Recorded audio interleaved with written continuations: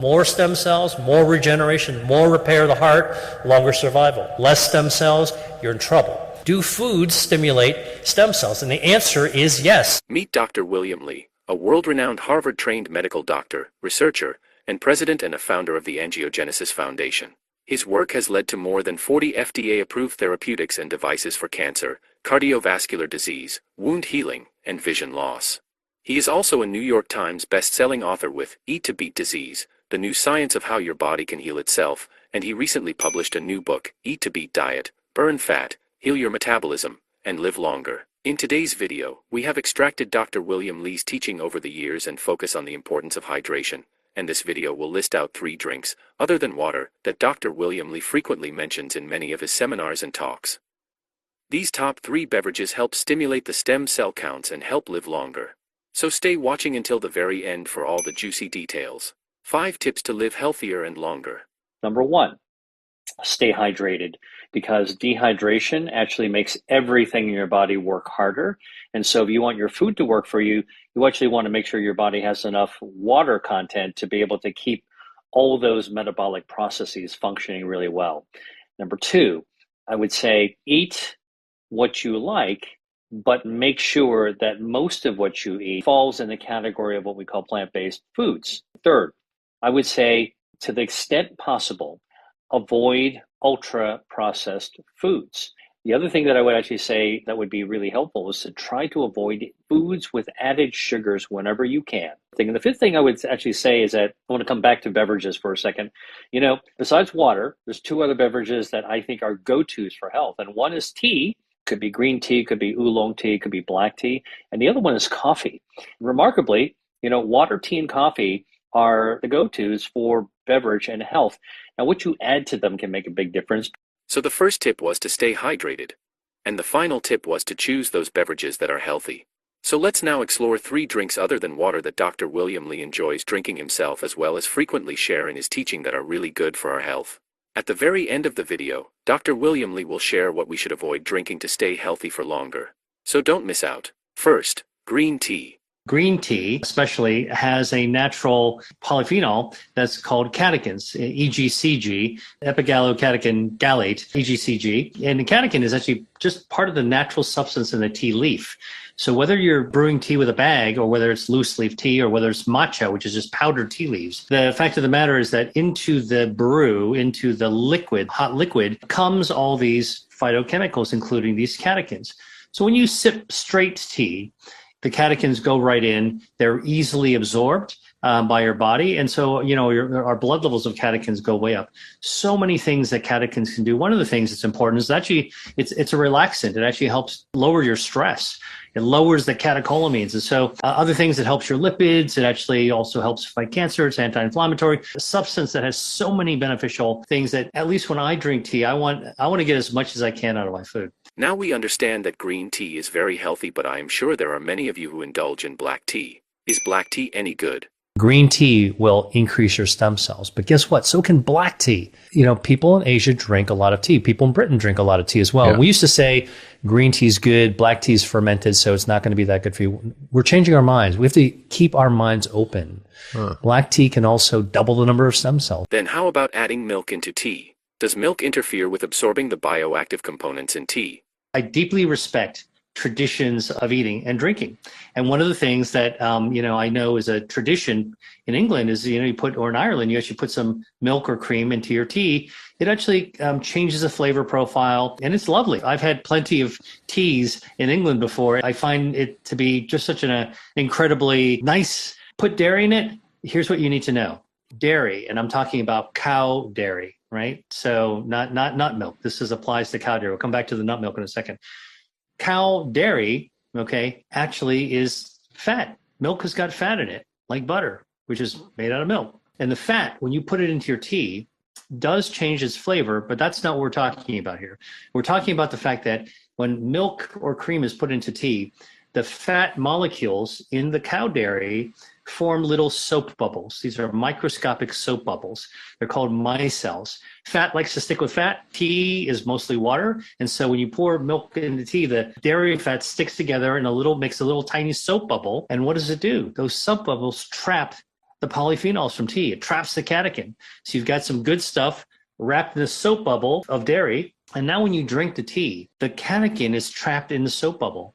It doesn't get absorbed as easily in your stomach, and it just rolls down your gut, and a lot of it comes out the other end, okay? And so you're missing out on a lot of the good stuff. If you're drinking cow milk, dairy, put it in your tea, you're getting good flavor, but you're missing out on most of the polyphenols. So just be aware that that's what you're actually doing. Now, if you want to actually still cut the tea with something that is milk-like, nut milks are fine because they don't actually have the same fatty reaction that the cow dairy has. So almond milk, cashew milk, those soy milks, they're all fine. If you really cannot give up on the flavor of milk in your tea, there is an alternative. I had this discovery that might be useful for your listeners who are in exactly that situation where they like the taste of milk in their tea. I discovered there is something called milk tea. It's actually from Taiwan. It's grown in the mountain. And it's just pure tea leaves that when you brew it, it tastes like it's got dairy in it. He is referring to a native Taiwanese green tea called Jinxian tea, which can be translated as milk oolong tea. Jinxian tea have a unique milk flavor which is called naixiang or milk oolong. So with this variety from Taiwan, you can enjoy all the goodness of the green tea together with a hint of milk flavor. Another very interesting study that Dr. William Li highlights is that tea blends may be more potent than consuming a single tea. So here are 4 different teas that we've tested. They're all common ones. Chinese jasmine, Japanese sencha, Earl Grey, and a special blend that we prepared. You can see clearly that the teas vary in their potency from less potent to more potent. But what's very cool is when we actually combine the 2 less potent teas together, the combination, the blend, is more potent than either one alone.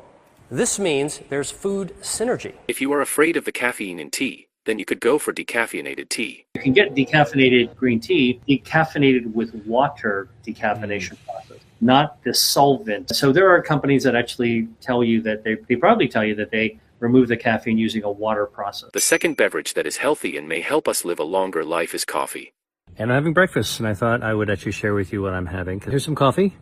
Coffee's got chlorogenic acid, which is actually good for your metabolism. It also activates your health defenses, anti-angiogenic, anti-inflammatory. I love coffee. A study was published in the journal Annals of Internal Medicine of 171,000 people in their 50s living in the United Kingdom, and it showed that those who drank 2 to 3.5 cups of coffee per day had a 30% lower risk of all-cause mortality. That means death from any cause. The people came from a database called the UK Biobank that has 500,000 people participating, and the study took place over 9 years. So what's in coffee that is so beneficial for health? Coffee has a natural chemical called chlorogenic acid that does a lot of things. It improves your blood flow, stimulates your own stem cells to help your organs regenerate.